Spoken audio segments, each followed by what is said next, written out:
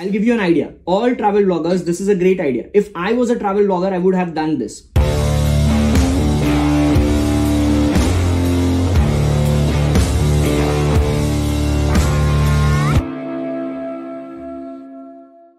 While a lot of people are microbloggers, or they have their very strong social presence on Instagram, but they do not have a strong presence on Twitter or on LinkedIn. What do you think? How important is it to be on all the platforms, or does one choose their platform? How should it be? It depends whether you have a team to do that, or if you are all alone, how efficient you are throughout the day. See, till May 2019, I didn't have a team. I was the only guy who was doing everything, one-man army. The filming, the editing, the posting, the commenting, the reverting, the researching, the everything. If you talk about Digital Pratik content, it was just me till May 2019. Then I started hiring people. Now I have a content team, but still to this date, I record every piece of content till to this date. From 2021, I'm planning to do derocking. All right. I still don't know whether it would be successful or not. I'm just going to try. All right. But still to this date, I'm recording right now. If you see, I'm recording this on a different phone as well. All right. Oh, wow. And by the way, I have a Zoom call at 11 p.m. So we'll have to wrap it up. I just saw that over there. We'll wrap it All right. up. So, I mean, that's the point. So if you are able to do it, then you should be on all platforms. If not, then try to be consistent for at least 90 days with 90 unique pieces of content for your audience and bringing value on one single platform. If you are able to do that, what will happen is you will eventually break that pattern of you being inconsistent on social media. Right. That's it. So tell me something. So now when we're trying to conclude this entire session, I'll ask you one more question. A lot of times, people have a lot of strong focus on verification. They say that, these names with blue ticks, ye bahut badhiya accounts hote hain. So how important is verification for any blogger, any content creator? Once again, boiling down to that point where I was mentioning, if you are into fashion influencer world where you are just relying on brand endorsements, brand deals and all such kind of field, then yes, definitely that would matter if they see, because very less brands would be like me who would be actually thinking that blue tick ho na ho farak nahi padega. I would see how much of a depth of influence that brand has. All right. I won't look into the number of followers when I personally would do influencer marketing. Let's suppose tomorrow if I'm launching a product and if I approach 100 influencers for influencer marketing, I personally won't look into the blue ticks. I might approach you. I might approach a 100 follower wala banda, because that 100 follower wala banda, first of all, he might be cheap to my brand. I don't have to pay more. Second of all, 100 follower wale bande ko shayad 100-200 views aate honge. And loyal base bhi hoga. So just giving you an extreme point. All right.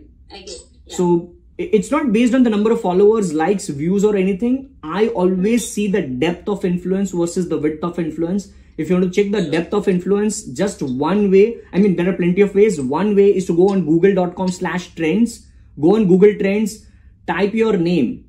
You can try it out. Digital Pratik search karo. Past 12 months in India, you will see where I'm trending, where all I'm influencing. And that's the magic which happens. At times, we don't know where we are influencing. All right. So that's true. That's the thing. So, one more question that, given the current scenario with COVID and, you people are really, really worried and paranoid कि बाहर नहीं जाना, घर पे किसी को नहीं बुलाना kind of a thing. So a lot of people, like for me also initially, like when things were fine, we had our shoots and things were normal.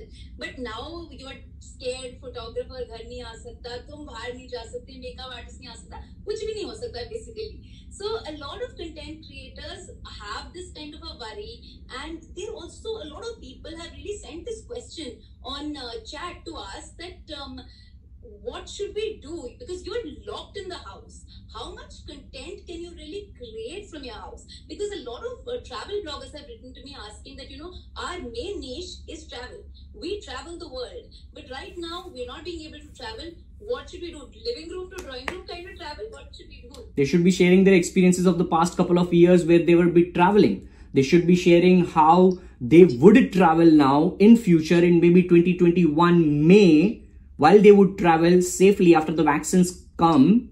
So they should be talking about that. They should be sharing the experiences of the past in the form of episodes. They should be sharing the experiences of what they would do in May 2021, so that in May 2021, when they do a vlog episode of traveling in Singapore or Bali or Malaysia or wherever, they can recall that yes, in December 2020, I was just telling you that I would do this and I have done this. So see, I am sticking to my principle. You know, you have to be innovative in your own content as well. If you are sitting at the home right now, I'm sitting at home. I don't have a D-Rock. I don't have a fancy camera, but I just showed you another way of me recording it completely on this film. And this is the macro piece of content of 15 minutes. Now, out of this 15 minutes, just imagine how many pieces of content I do have. Of course. So you have to just keep on sharing. If you are a travel vlogger and you don't have anything, you should be sharing that you should start okay, fine. I'll give you an idea. All travel vloggers, this is a great idea. If I was a travel vlogger, I would have done this. I would start a show where I would go on YouTube maybe twice a week and I would do this video for 30 minutes. I would do a show which would be known as pre and post pandemic show.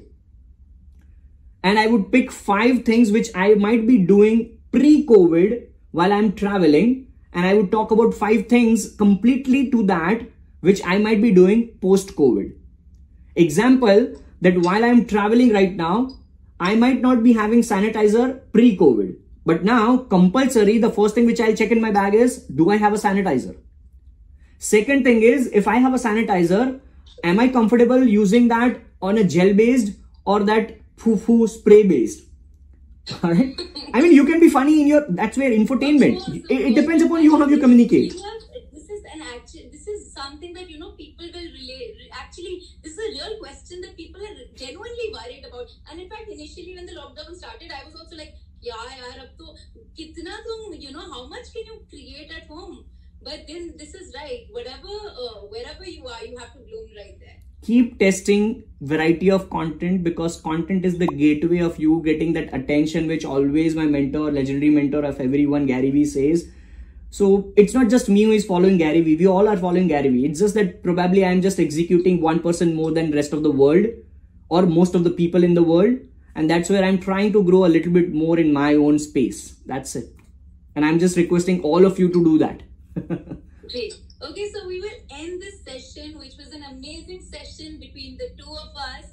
And so guys, go and follow Prateek, Digital Prateek. No, don't follow. I always, yeah, you can follow Upasna. Don't follow me. You just come to my profile. All of you come follow me. I am very happy. Yeah. Come to my profile, consume my content for 30 days. I bet you'll follow me. That's what I say. Style,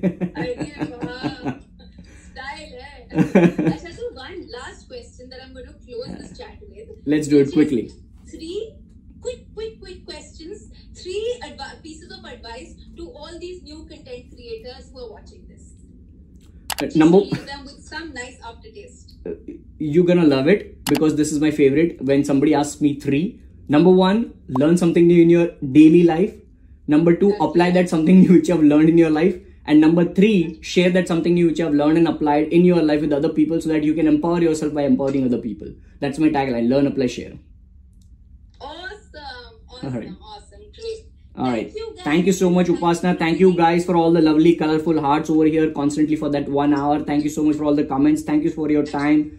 God bless you. Take care. Bye-bye. And thank you so much, Upasna, for having me on live. Thank you so much. Thank you so much. Thank you. It was a lovely session. All right. God bless. Bye.